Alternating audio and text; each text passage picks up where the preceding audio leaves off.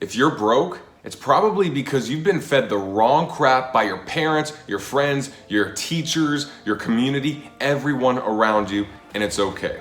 I'm here to unbrainwash you. In the next couple minutes, I'll share with you the 4 biggest myths around money and how you can shatter them and start dominating your finances and owning your life. Let's get started. What's going on? My name is Brad, and this is the Millennial's Guide to Money. Let's dive in with the first myth, which is you don't have what it takes to become rich. That is just BS. Think of it. We are all human. We're all human. We all have 24 hours in the day. We all have access, at least most of us have access to the internet. And what's on the internet? All the information we could possibly know about getting wealthy in 10,000 different ways. We all have that, especially if you're here in the US. And we all have the ability to work hard, to dedicate our time to something, to dedicate our focus. I understand some people have different personalities, different responsibilities, but this is 2019. What are you doing on your car ride to work? What are you doing while getting ready with cleaning up the baby's diaper or anything like that? You have the ability to listen to audiobooks, listen to podcasts, learn everything you need to learn and start applying it. It's all up to you if you want to flip that switch and turn into, you know what? I don't have any excuses. I can do it. Maybe it'll be a bit tougher. Maybe it'll be a bit longer, but I sure as hell can do it just like anyone else. Number 2, money doesn't buy happiness. Not necessarily. Here's the thing. Money buys choices. Money buys options. The idea of money buying happiness, it's I think a poor person definitely came up with that, but a bitter poor person came up with that. But think of it, the more money you have, it's simple. The more choices you have. What school would I like to send my kid to? What hospital would I like to send my mother to for that surgery? You have choices to protect your loved ones. You have choices of what to do with your time, because ultimately money buys back time. If you had $10 million, you don't have to do all these things. You could hire other people to wash your clothes and housekeeper and assistant. You don't have to have a job. You can just be on a boat fishing all day if that's your thing. You could be like Forrest Gump and just mow lawns for free. All it is saying, here is a big resource for you to do what you want and buy your life back. So my idea of happiness is doing what I want, where I want, with who I want, when I want. I'm not sure if I said when already. And money supplies that. Even if my friends don't have money, if I had a lot of money, I can now treat my friends to vacations. I can fly to them. I can do other things. So don't think that money doesn't buy happiness. It won't necessarily buy happiness. That's always going to be internal. However, it buys choices, which leads to living the life that you really want to live. Number 3, it's better to live frugally. I disagree. And this is something that my parents always instilled in me. Be frugal, be frugal.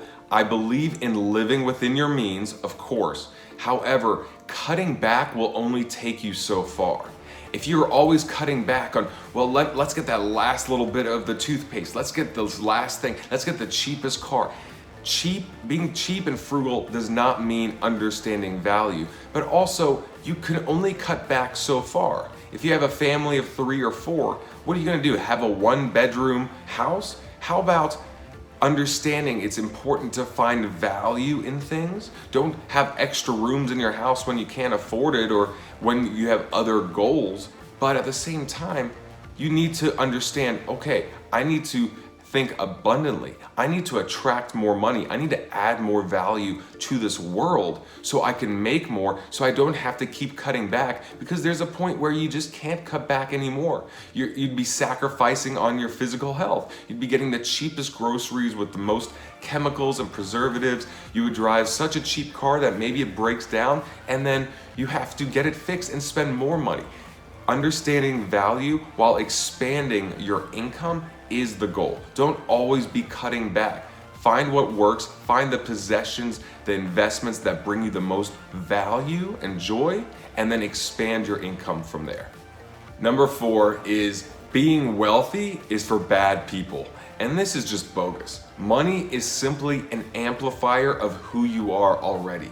There are miserable, old, bad, stingy billionaires, just like there are miserable, old, stingy, bad, broke people. There are very generous poor people and there are very generous rich people. If you are a generous person that has a desire to change the world, help kids cure cancer and help animals get adopted and all these causes that are so important and our hearts are touched by, you can do a lot more with $1 billion than you can with $10. Yeah, you can donate your time and that's great.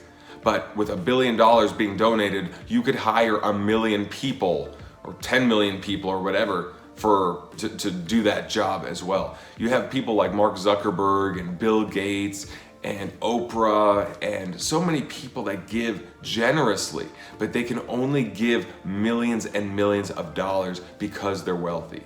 I believe truly, if there's a cause you believe in, it is your responsibility to become as successful as possible to give the most back. That is my belief. I think living small is just a waste of life.